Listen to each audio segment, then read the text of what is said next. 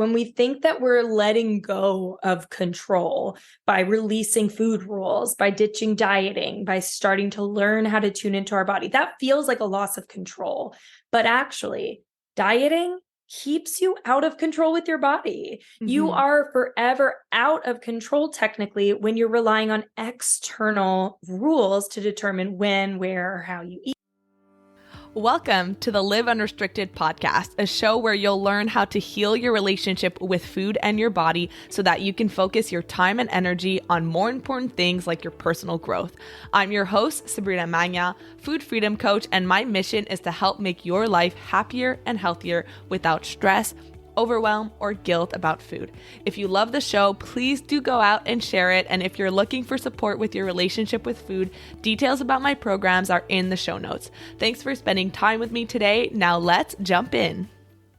If you struggle with binge eating, then this episode is for you. And we brought in the big guns. We brought in someone who is an expert on binge eating, a body image expert, host of Behind the Binge podcast, and you might know her as the Binge Nutritionist on Instagram. She has worked with hundreds of people struggling with binge eating and is a recovered binge eater herself.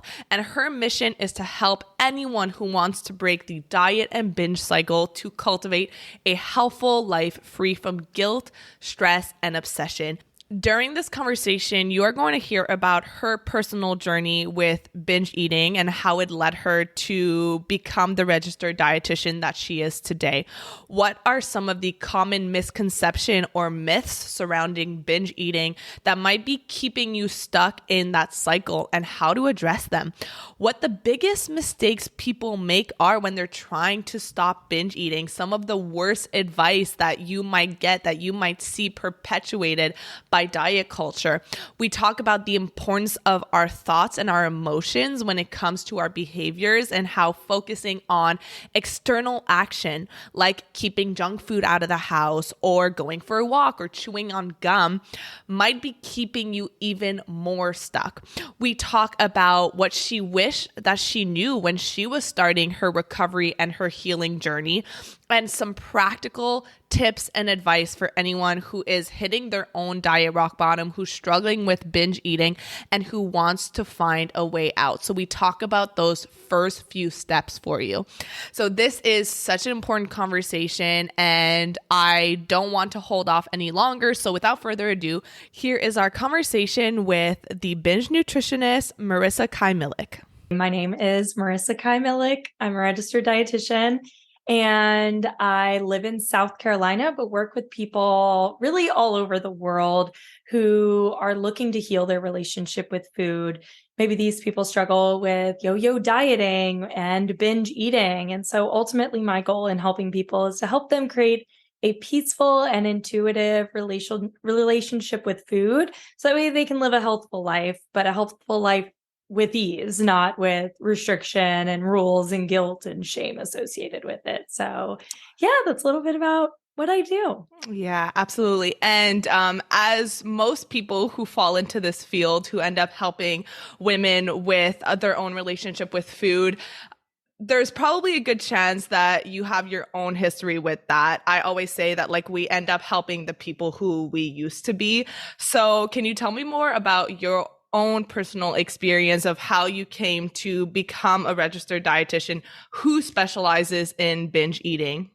Yeah, absolutely. So this is technically what you could consider my second career. I didn't finish high school and go to college knowing I wanted to be a registered dietitian. I actually finished high school and then moved to Los Angeles to pursue acting. And acting is what I wanted to do. And I was out there for quite a few years, and that was really my passion at the time. But slowly that passion started to dwindle away because of the effects that diet culture out there had on me. The television and film industry is not the easiest when it comes to body image. And I got pushed into this category of actors called 18 to play younger, which essentially means you're over the age of 18. So you have all the legalities of being over the age of 18, but you look younger. And that can be a really valuable asset in getting cast in certain productions because they can treat you like an adult. They don't have to hire kids who have to have tutors on set and can only work a certain amount of hours in a day. They can, use you for however long that you need to be used on set. So because of this, and because I hadn't had a start as an actress, I was doing everything I could to fit the mold of this category of 18 to play younger, which meant that as I was growing up, as my body was maturing, I was fighting that. And so I got stuck in this chronic diet cycle, which of course then subsequently led to a binge cycle and so on and so forth. One thing led to another. And next thing I knew, food was consuming my life. And I was no longer staying up late studying lines for an audition, but rather staying up late researching my next diet or cleanse or detox or whatever it was, because I felt like food had such a control over my entire life. So yeah, a couple years of that.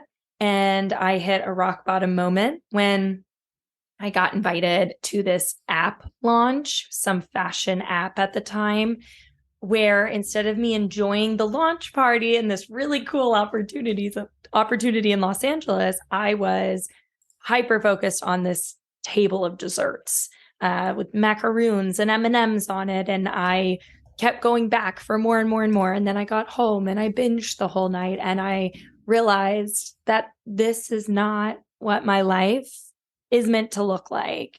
And I realized I had been so stuck in that cycle that I was no longer present in my life, no longer even enjoying moments like that, but rather I was worried about the food or worried about my body. And so in that moment, I was like, enough is enough. I need to heal my relationship with food. I'm so sick of living this way. Nothing else matters if I have a disordered relationship with food. I didn't even know what to call it at the time. So from there, I, on my own, just started looking into binge eating and how to heal, and found intuitive eating. And I even tried to get some professional help, but unfortunately back then, eating disorders weren't as widely talked about. Social media wasn't as big when it came to advocacy for eating disorders. So when I tried to discuss this with a dietitian or a doctor, it was very much brushed aside and was minimized. And so I wasn't able to get professional help for this. So I ended up healing largely on my own. And then from seeking to heal all by myself and coming out on the other side, I realized nobody should have to go through this alone.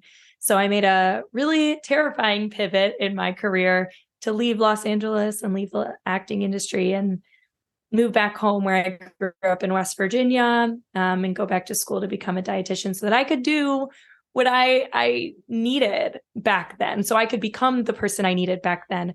And that's kind of, what led me here, to make a long story long. No, I am now. I was taking so many notes and I had such a smile on my face because your story is so similar to mine. And some of those like pivotal moments you mentioned, that as your body was maturing, you were fighting it. And for you, there was that internal voice because of the acting industry and your career being driven by that.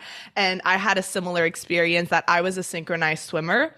And so the synchronized swimming industry and that culture around it is you have to look a certain way and everyone looks the same. And when I retired from the sport and my body started changing because I was 16 years old, I was fighting it because I was trying so hard to fit into the mold of the 14, 15-year-old body.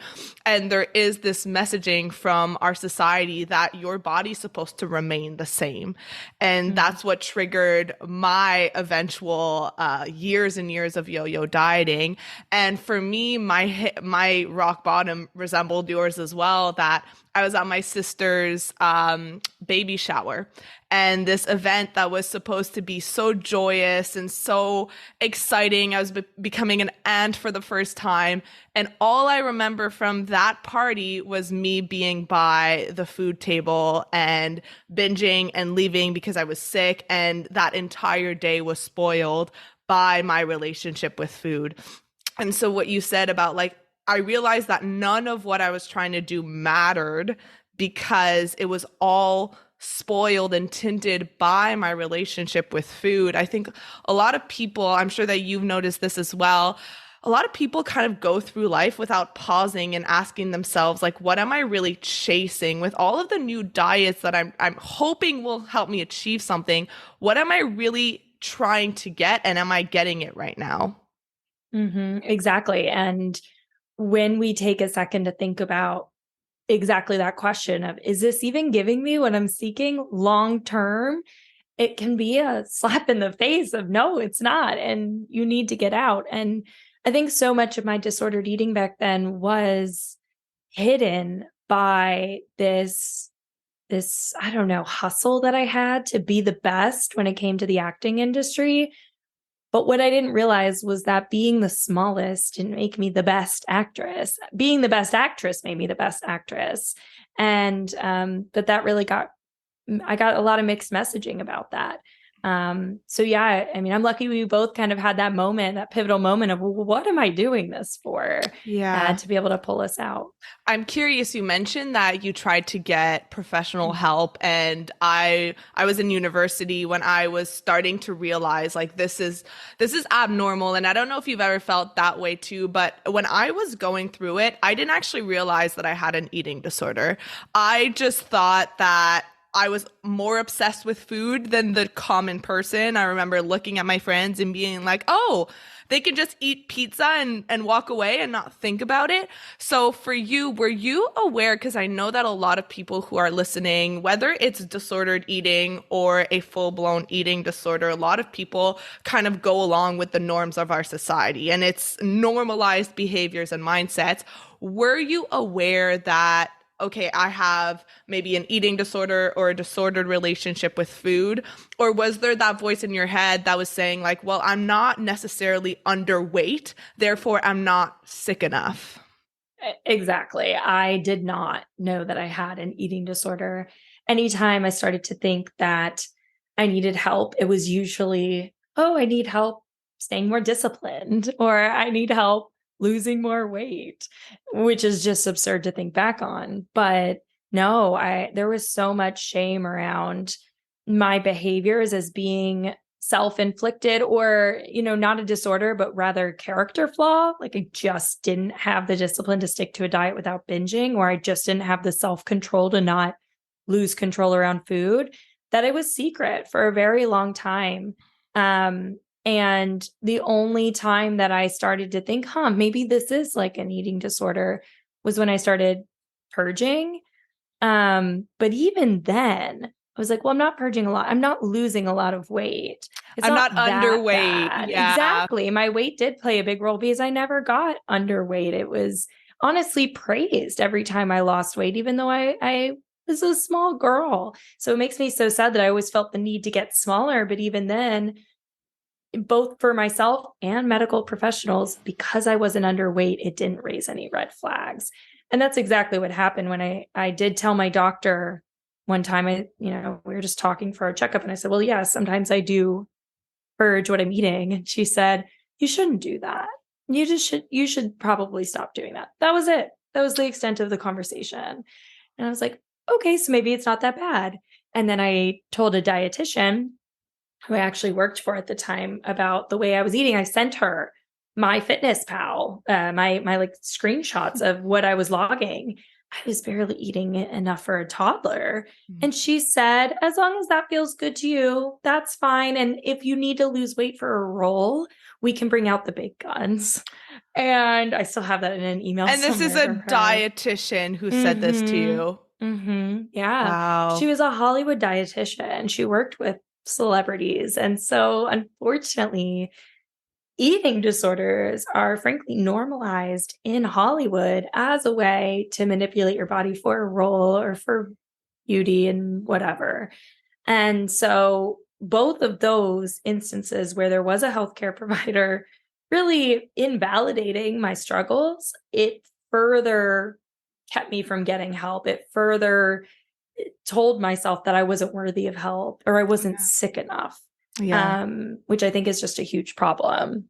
And I think that's like you said, it is a huge problem because as much as doctors and dietitians and people who have degrees and who have a lot of experience that people put their trust in and they put them on a pedestal because whatever they say goes. And we live in a very fat phobic, weight biased medical system. And so, so many people think that, well, because my doctor said a certain thing or gave me specific advice, then it must be true. And that's how people get trapped in this cycle for some their entire life because they're not tuning inwards or they're not getting the right kind of support. Yeah, I think that sort of authority that medical professionals have can be both a benefit in some way of knowing you have someone you can go to and trust, but also a hindrance in other ways if the person you're seeing isn't well educated or confident in the matter that you're presenting with. And I think especially with eating disorders, there's so much stigma around it. And there's almost like an awkwardness of navigating that with people if you're not well versed in it. It's sort of like the topic nobody wants to talk about, like the elephant in the room. Like, oh, okay, well, go see a therapist or go whatever. Yeah. Wherein, more medical professionals should lean into that and inquire further about that with empathy, because that impacts the vast majority of other health conditions, but also it can push someone more so into harm's way if they leave their appointment feeling, oh, well, I must not be that bad because my doctor didn't take it seriously. Yeah. And I want to kind of pivot back into binge eating and what you were going through at the time, because as you said before, I wasn't aware that there was something problematic with the way that I was thinking or the way that I was behaving. So I'm trying to put myself in the shoes of someone who is listening to this right now and who might be thinking, is this normal or not? Is this healthy or not? And should I seek out support? So let's say that your current self got to meet your past self and you were to look at some of the behaviors and habits that you were doing at the time. What were some of the things that were problematic that you weren't aware were problematic? Basically, signs and symptoms. Yeah, that's such a great question and a great way to phrase that, like in that sort of perspective. Definitely first red flag would be the obsession with food, and not only just thinking about food pretty much 24/7, but let's say I was going on a trip with a friend for the weekend. I had to look up every restaurant we might go to, every pit stop we might make along the way. I had to pack my own food, check food labels, check calorie counts, all this stuff. That is not healthy, no matter what way you phrase it. If you have to obsessively check menus or options of eating when you are outside of the bubble of your own home and routines, that's a big red flag that, there can be just some disordered eating happening. Second would be binge eating, right? Eating a large amount of food in a short period of time that's accompanied by a feeling of losing control, right? Feeling honestly felt like blacking out at times. That's a fog eating. Yeah, absolutely. Yeah. Just completely out of, I don't know, my consciousness. It was just mindless. That's a big red flag. And I think accompanied by that, my binges could be anything. They weren't necessarily the cookies and the chips and the ice cream. They were sometimes stale rice cakes from the back of my cabinet that I doused in maple syrup. Like, tell me how that sounds appetizing at all. I mean, honestly, part of that, I'm like, that's not too bad. But the stale rice cakes, right? It would be anything because my body was just so hungry and in such a chronic state of fight or flight. So if someone obsessively eats foods that you would normally see as unappetizing, that can be a red flag for an eating disorder. And then outside of that, I mean, in general, I was feeling uninspired by my work that used to be such a passion of mine. And instead, it's reading books, cookbooks, making new recipes, trying to make everything quote unquote healthier. And so that can definitely be a sign as well. Yeah. And as you started learning about binge eating, because I'm sure at the time it all was internally there's something wrong with me, right? I'm binging because I have no willpower, no self-control. As you started learning more specifically, yes, about intuitive eating, but about binge eating, what causes binge eating? And for me personally, I take a really brain-based approach because it originates from our mind and our relationship with food. What are some of the biggest mistakes that people make when they're trying to stop binge eating? Good question. I think one of the biggest mistakes is not addressing the thoughts and beliefs behind the disordered relationship with food in the first place. So, part of the reason you binge is for physical reasons, right? Like you're hungry, your body is chronically starving. So, your body's trying to make up for all the lost food that it needed, in a short period of time to keep you physically safe. But on top of that, if you have food rules and food fears that are driving further mental restriction, then it doesn't matter how much you eat if you're still thinking, oh, I shouldn't eat that, or oh, I can have pizza, but only 2 slices, or I can have this, but only the organic kind, etc. Right? It's very mentally restrictive. So I'd say I'll see a lot of clients who come to me and they say, Marissa, I'm trying intuitive eating, but I'm still binging. And they think that the intuitive eating they're approaching or addressing is more so just listen to your body, eat when you're hungry, stop when you're full. But A, you can't really listen to your body when you're chronically binge eating yet. And B, no mindset factors are being addressed there. And so as long as you are thinking in a restrictive mindset, your body will still respond as though you are being physically restricted. Yeah, and I think that really is one of the biggest mistakes people make when they start intuitive eating is they give themselves that they put physical restrictions away and they start eating the foods and they're like, I don't understand why I still feel out of control. And the mental restriction has as much of a weight or even more of a weight when it comes to our habits and our behaviors around food. And I think that's what's hard when it comes to doing intuitive eating on your own is it's really hard to tap into your subconscious and to tap into what thoughts are driving your behaviors.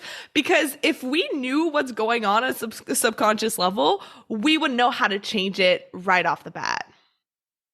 Exactly. And I'd say that since I started my journey solo, it took me years to realize the way my mindset played a role in my behaviors with food. Whereas now, with clients that I work with, that's like one of the first things we address is mindset and the psychological factors that are contributing to the restrict binge cycle, because really our behaviors start at our beliefs and our thoughts. And so if our beliefs create our thoughts, which create our feelings, which then create our actions, we want to get to the root of that. Whereas when I was struggling with binge eating, I sort of went backwards. I started with, oh, how do I stop these actions versus getting behind the scenes and working my way up from there. Yeah, and that really is when it comes to changing any habits, that's kind of the paradigm that most people live through is let me start with my actions, right? I want to get in shape, so I'm going to, instead of changing what my mindset is around exercise and do I have a healthy relationship with exercise, I'm just going to hit the gym 6 times a week. And I hope that my mindset is going to change. And like you said, it really starts with your thoughts are going to create your feelings, and then out of your feelings, that's going to dictate what actions you take. And so when we start with those actions, and that's the common advice when it comes to binge eating. I mean, I've heard it all, but keep junk food out of the house and just have more willpower, brush your teeth. It all happens outside of you without actually hitting what's going on at the root cause. 100%. Exactly right. And the advice to just get your binge foods out of the house is a temporary fix to the behavior. But what happens when it's late at night and you have DoorDash at your fingertips? Or what happens when you're at a friend's birthday party? Or like my experience, I went to an app launch spontaneously and I was hyper fixated on the dessert table. Now, what's beautiful is I just recently went to a baby shower and they had similar macaroons as back then. And I didn't even want more than like a bite of each flavor. I got all of every flavor because I was like, these are delicious. I want to try them all. But after a bite of each, it was like, they're really rich. I'm not feeling like eating all of them. Whereas, gosh, past me, I would have eaten them all and some. And I think that, is just sort of a reflection to see that when you can heal your relationship with something like macaroons, it goes from it being an obsession that almost feels like an addiction to something that is more neutral. Like I can have the macaroons, I also cannot, but I'll enjoy them when I eat them, but to an extent that feels good for me, and not just sort of forced. It's funny. I'm kind of the same. My family knows me as like eating like a bird because I will have a bite of everything and then just put the rest away. Because I am the same. Like I want to be able to try everything, but it no longer. And even just this morning, I was like having a bite of a croissant and then just put it away. And I was like, in the past, that would have triggered that on switch, right? Like, all right, you've done something bad. Now just the whole day has been ruined. Exactly. And I want to talk a little bit about the thoughts that actually do trigger binge eating, because we talked a lot how important they are. So in your opinion and in the practice that you have, I know that for me personally with my clients, we talk a lot about body image, because I think that for a lot of people that is at the root of our food issues. And so for you, how important would you say that body image is in relationship to binge eating? Oh my gosh, so important. I used to be afraid of talking about body image with clients because it's such a personal, emotional world to dive into, because we all have a body that we experience every single day. So it is the most personal experience we can have, right? Like food, we have to experience every day, but it's not a constant. Our body is a constant. We're constantly living in our body. So it is one of the most personal and deeply rooted type of topics that we can dive into. But I think it really is at the core of a lot of these issues. Yes, people can struggle with binge eating for reasons that have nothing to do with body image. But I would say that for a vast majority of my clients, they start restricting because of a body image related issue, which then fuels the binge eating, or they feel shame about their body, which fuels an emotion response that then triggers the binge as a coping mechanism. So body image plays a role no matter which, sort of which way you frame it. So we have to talk about body image if we're going to talk about binge eating.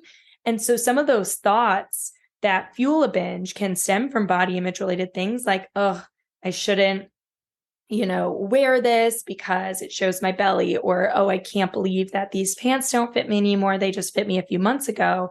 And that sort of shame and the negative narrative that might be associated with that can trigger a binge, both for comfort reasons or even because from there we have a restrictive thought of, I must lose weight now, which then signals to your body, oh my gosh, food is limited again. Might as well get it all while I can. And then you binge almost as a farewell to food feast. So in kind of both terms, body image plays a big role in the way that can manifest a binge. Yeah, absolutely. And I'm curious in your position, because you and I both, I personally had a lot of body dysmorphia. And before we were talking about the fact that you were never medically underweight. And I think this is where set point weight theory really does come into play, because if people had looked at me back when I was at my smallest, I did not look medically underweight, but I was 25 pounds under what is my comfortable weight. And for someone my shape and size, that's a really big amount under my set point weight. And I have talked about set point weight on this podcast, but I think that's something that is also to consider when we're looking at ourselves as not being sick enough. And the concept of body image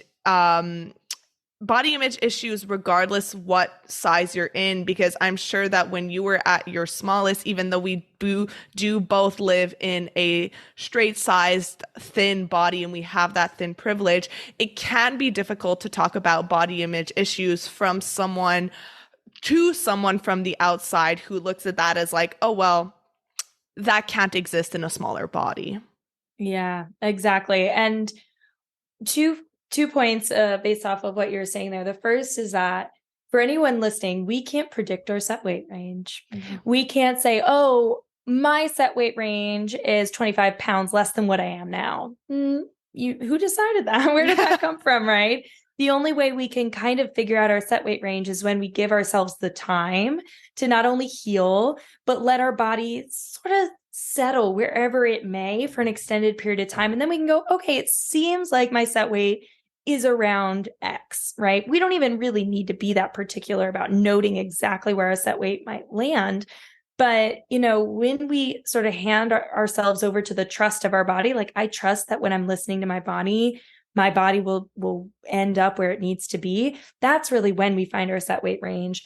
One time I was attending a webinar where they were talking about set weight range, and they weren't addressing comments until the end, but I was seeing these comments coming through of people being like, yeah, totally. My set weight range is 30 pounds less than I am now, which is why I need to lose weight. And I'm like, that's not the point of set weight range, right? Yeah. That kind of goes absolutely against set weight range, because by you deciding that and then trying to seek that 30-pound weight loss, you might actually be disrupting your set weight.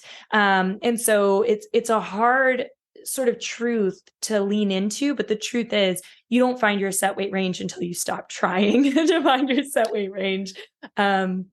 But then the second part of that, what was I going to say is the second part of that? I'm like, oh wait, I just went on that tangent. Now I know, but I could talk about set point weight for forever, because it's so interesting, especially when it comes to binge eating, because the more we try to control our eating and the more we try to control our weight, the more out of control it all ends up feeling. Exactly. Yeah. And I always tell my clients that when we think that we're letting go of control by releasing food rules, by ditching dieting, by starting to learn how to tune into our body, that feels like a loss of control.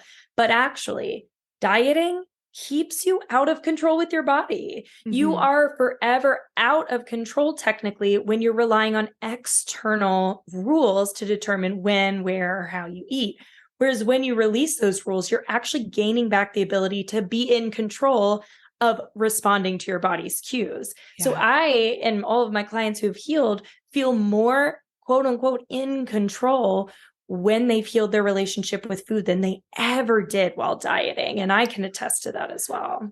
And absolutely. And I think that the biggest word that I've heard my clients use and that embodies this control is empowerment. I feel empowered to make choices now because I want to or I don't want to, instead of feeling like I'm giving my power away to the app or to the diet or to that person who told me to eat a certain way. And all dieting, like all diet rebellion really comes back to our autonomy being robbed of someone else telling us how to control our lives and how we should eat. And like, that is such a basic human need. If someone told me when I can sleep, when I can pee, that would make me feel so disempowered in my life. Totally, exactly. And a key component of healing your relationship with food is about creating permission to make choices. Ultimately, you have permission to eat, but that permission allows a choice to be made. So you have permission to go to the bathroom right now or go to the bathroom in 3 hours, but you get to choose when it feels right to go to the bathroom based on your needs. That doesn't mean that the second you think of the bathroom, you go. It just means that the second you feel, oh, hey, I have to go to the bathroom right now, that's when you might go if it's appropriate. Same with food. I have permission to eat a donut or 5 donuts every single day for the rest of my life for breakfast, but I don't always want to eat a donut for breakfast because that doesn't always leave me feeling my best. Sometimes that's the choice I will make, but other times, and most times, I won't, because I choose to eat in ways that makes me feel my best. So permission doesn't mean you're always going to act on impulse of, oh, I want a donut, I'll have a donut. Permission allows you to utilize, oh, hey, I want a donut, but what would make me feel my best? What do I actually want outside of just sort of that taste desire? And it becomes like a dance you become very fluent in, but at first it is a lot of trial and error to find the ways in which you can both honor your body and honor your desires without sort of that impulsive eating taking over. Absolutely. And right now there's kind of an analogy because right now I'm working a lot on chronic pain for myself because I live with chronic pain. I have scoliosis. And so I feel like kind of a hypocrite because I have been doing the action piece for so long. And I was like, you know what? Let me try to do what I do with food and take a mind body approach. And I started doing a lot of research on it. And one thing I learned about pain is that the more you feel trapped. So for example, if I'm on an airplane seat and I know I won't be able to get up and stretch and move my body for the next 3 hours, the worse your pain gets. And it all happens on a mental level because your nervous system starts to freak out. And the same thing happens with dieting and with the rules is you end up feeling trapped. And there is that sense of panic that happens in your brain of, oh my God, now these foods are not available to me. So even if I want them or not, I'm going to go for them because they're not available in this diet. And that's where the mental restrictions, I mean, can make you want something more. I always use the example of don't think of a red truck, right? Don't think of a red truck. Stop thinking of a red truck. And everyone starts thinking of a red truck and they're envisioning it in their mind. And that is a prime example of the ways in which we try to deprive ourselves of something or not think of something, or when we bring our consciousness to something, it just amplifies it. And I'm glad you said that about the airplane right now, because I'm about to take a really long trip and I'm going to have to do some mental gymnastics to keep myself from feeling trapped in my seat. You mentioned you're going away. Where are you going? I'm going to Bali. So it's a very long trip. Oh my God, that is amazing. That is so exciting. Thank you. I'm very excited, but I think I'm going to be in the air through different flights, but I'll be in the air for a total of 34 hours. Wow. My back just tensed up listening to that. Yeah. And I'm curious, as we're wrapping this up, if I'm putting again myself in the shoes of someone who is where we were at when we didn't know that our behaviors and our mindsets were problematic, but now they've got some of those red flags that we talked about and they're like, okay, maybe I do need help. Or I know that both of us went on this journey on our own of self-education and trying to figure it out. And so for someone who's like, where do I even start? Where do you even get started if you've hit your diet rock bottom and you're like, now something needs to change? How do I go about this? Such a good question. I think it can vary for a lot of different people, but I'd say one thing across the board everyone should do when they realize they're at a pivot with their relationship with food is to identify why. Why do you want to heal your relationship with food? What would that give you? So that way you can create a clear vision for what you want, and not in terms of what you want to look like, right? Think of it in terms of what is the life you want to be able to live that you're not able to live with this relationship with food.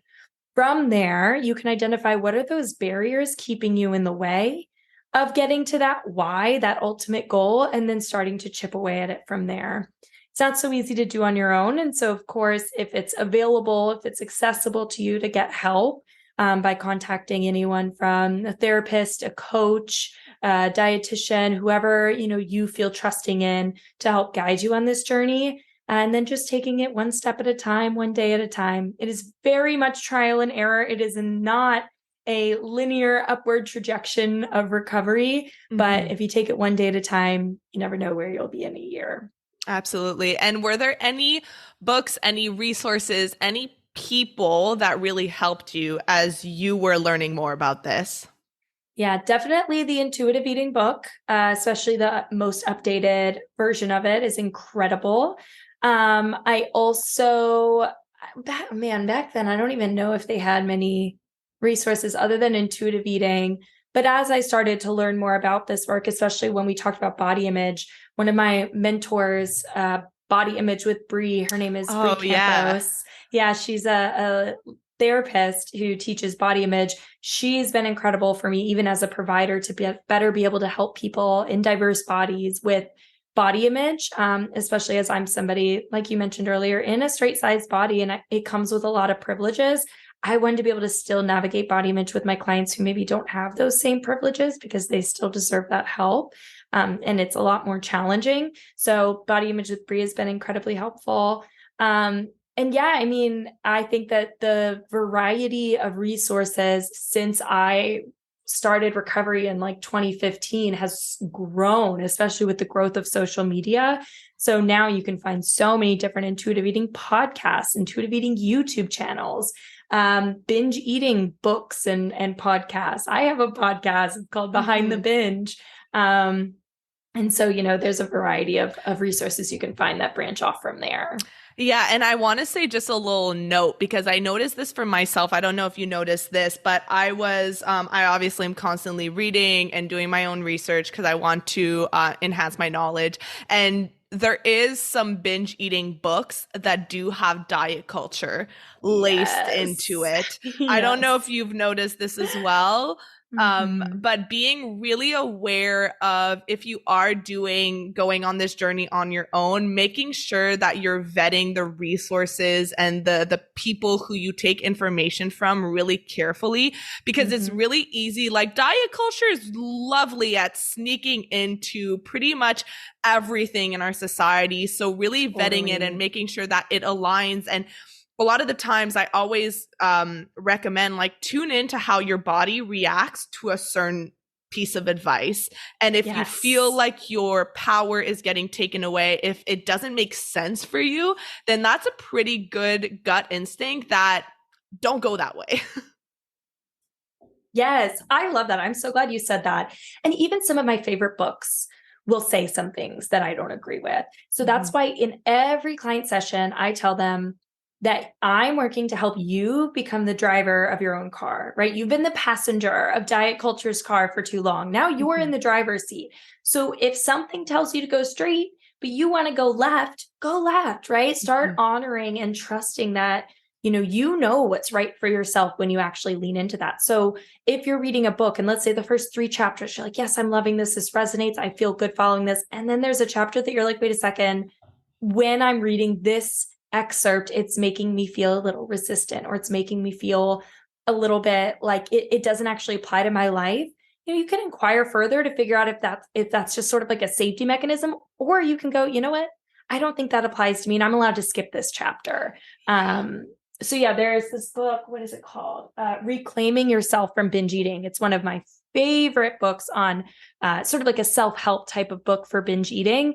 And all of it seems very aligned with intuitive eating and health at every size. But there is this just one chapter in that book where they mention keeping binge foods out of the house.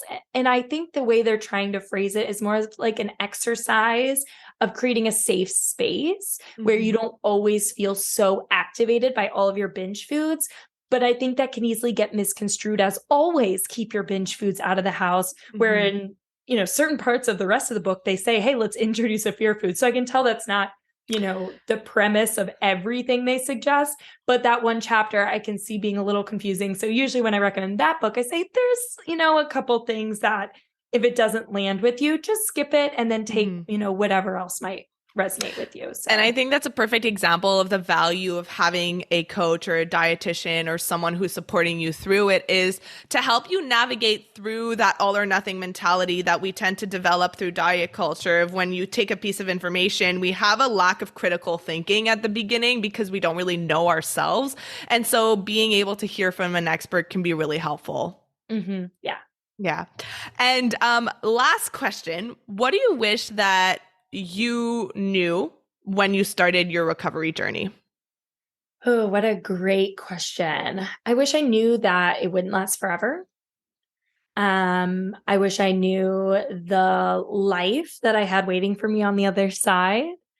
And I also wish I knew more about my value of who I was as a person, because so much of my value was placed in dieting and my body image for so long that without it, I didn't really know what I was working towards. Like, what is, who am I if I'm not the thin friend, or if I'm not the actress? Even I had to grieve that identity since I left the acting industry. So yeah, I think I wish I knew all 3 of those things, and maybe patience. It'll take time, but if you take it one day at a time, like I said earlier, you never know where you'll be in a year. Yeah. So by just giving yourself that time to heal and make mistakes, it's a gift that you can give yourself.